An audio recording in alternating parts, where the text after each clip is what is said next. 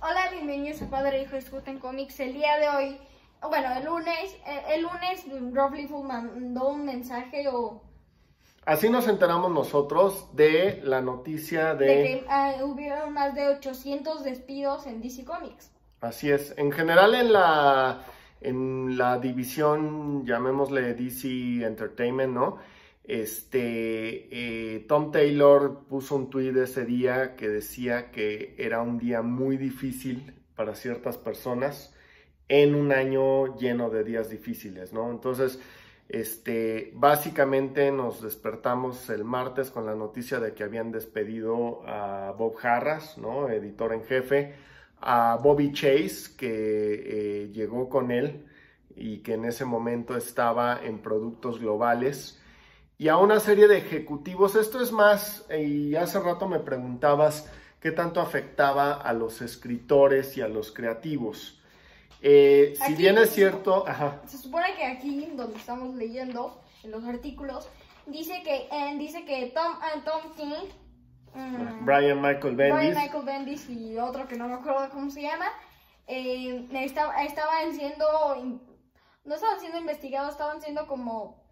Ok, Tom King y Brian Michael Bendis son de los creativos que tienen lo que se llama contrato de exclusividad. El contrato de exclusividad, básicamente, todos los creativos, escritores y dibujantes son freelancers. ¿Qué quiere decir? Que hoy te contrata Marvel, mañana te contrata DC, mañana estás haciendo algo en Image, o estás haciendo algo en una caricatura. O sea, como los futbolistas.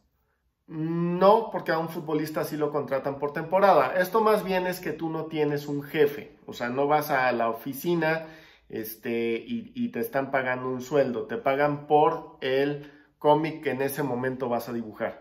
Entonces, cuando tienes un contrato de exclusividad, lo que pasa es que no puedes trabajar para ninguna otra compañía en lo que dura ese contrato. ¿A quién se le da un contrato de exclusividad? A talento que consideras o que quieres mantener en tu empresa. Entonces DC quería mantener a Tom King, quería mantener a Brian Michael Bendis bajo el esquema anterior, en un esquema de exclusividad. Es decir, todo el trabajo que hagas durante 2020 va a ser sobre mis personajes. Incluso si no te paso trabajo, tú sabes que estás recibiendo de mí un sueldo, no puedes irte a ningún otro lado. Entonces, ese tipo de contratos al parecer se van a acabar en el nuevo DC, y como les comentaba yo, no es que nos quedemos sin los freelancers, sin los creativos. Este cambio está más bien en las áreas tanto de DC Universe, que era, ¿qué? No, del servicio de streaming, okay, que se supone que tenía Titans, Doom Patrol. Porque eso se fue a HBO. Entonces ya era la crónica de una muerte anunciada, ¿no? Que DC Universe... Solo esperaron para que sea el final de temporada de Stargirl. Ok, y que de hecho Stargirl ya se anunció una segunda temporada. Para CW. Entonces, pues básicamente es una de las líneas que desaparecen. Corrieron al editor en jefe de Black Label, ¿no? Esta línea... Yo diría que deberían de devolver a Vertigo. Bueno, esta línea sustituyó a Vértigo, ¿no? Con énfasis en los superhéroes, que era algo que Vértigo no tenía. O sea, Vértigo era contenido adulto, pero sobre series que no tenían que ver con personajes principales. Mientras que Black Label, pues, inició con Batman y su entrepierna, ¿no? Y con Harley Quinn y con ese tipo de personajes.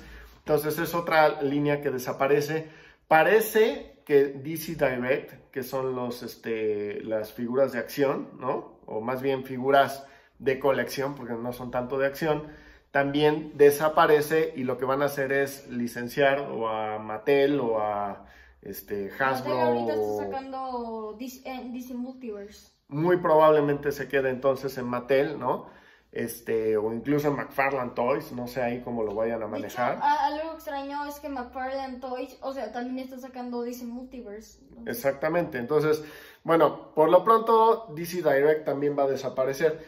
Todo esto empieza con el despido de Dan DiDio, que era co-publisher junto con Jim Lee en febrero de 2020. Que él junto estaba haciendo la historia de las 5 Ajá, era su gran apuesta, ¿no? La Next Generation de superhéroes, que era la idea de hacer más viejos a Superman, Wonder Woman, etcétera, y sustituirlos por héroes nuevos, ¿no? Entonces llega AT&T como ahora la dueña de DC, de Warner, y decide que pues no es el rumbo que quiere para la editorial. Entonces una de las primeras cabezas que rodaron en abril en febrero, perdón, fue Dan DiDio. De hecho, te hicimos un video, vean. Luego viene la pandemia, y la primera semana de pandemia, Diamond Distribution dice: no voy a distribuir cómics en los siguientes meses. ¿Por qué?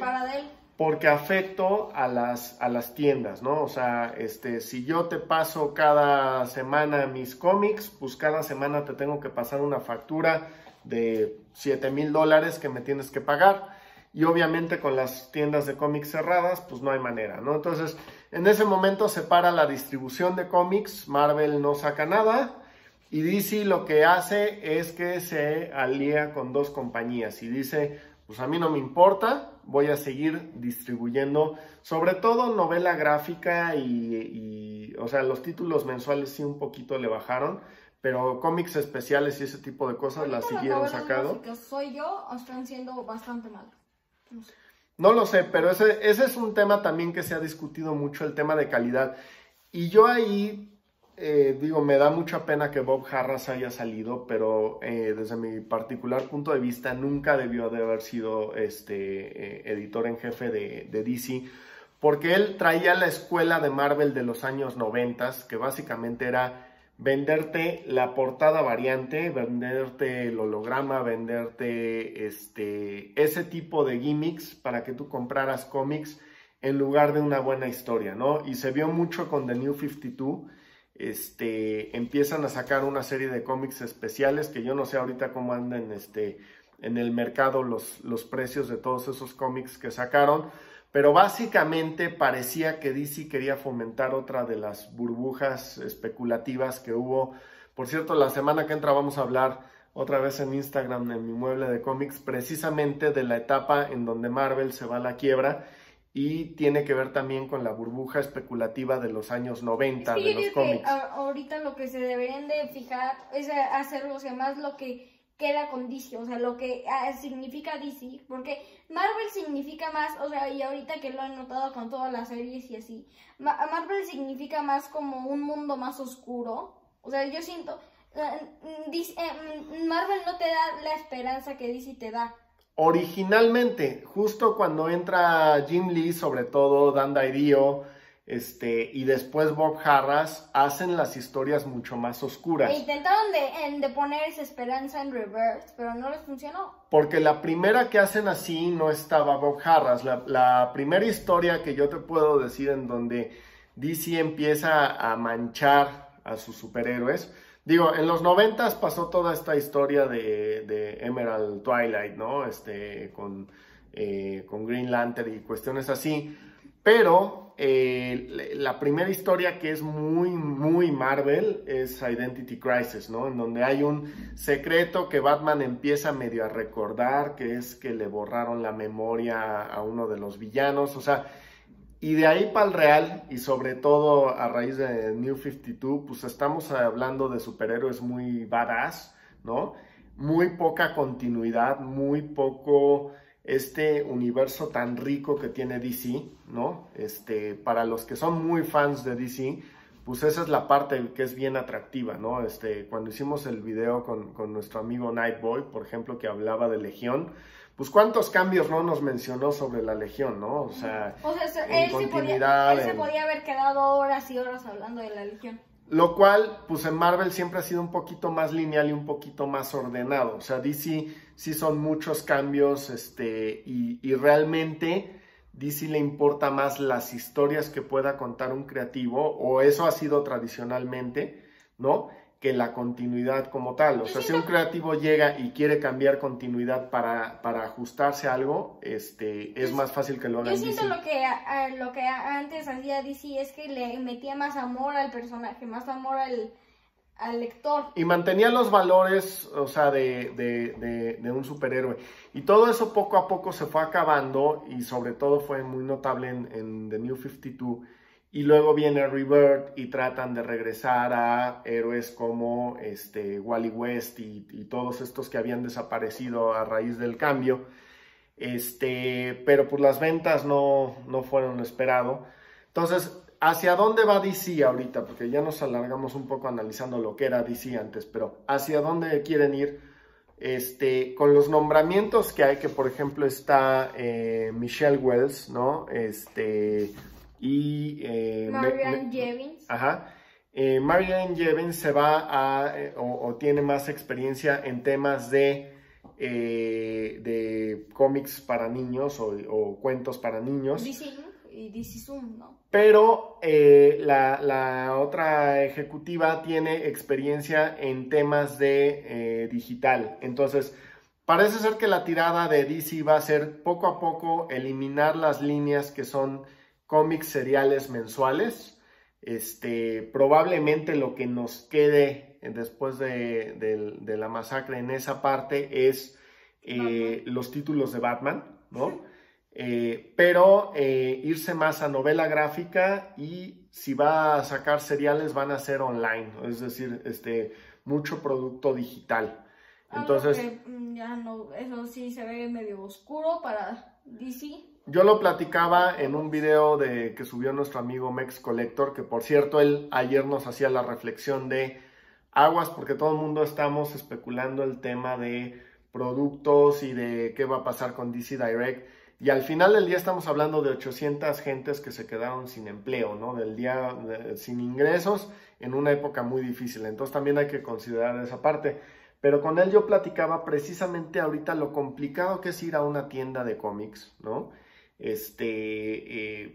Para muestra un botón, nosotros no estamos yendo y estamos adquiriendo todo vía Amazon y vía otros distribuidores en línea. Entonces, suena muy agresivo lo que está haciendo DC, pero muy probablemente es porque el mercado está caído.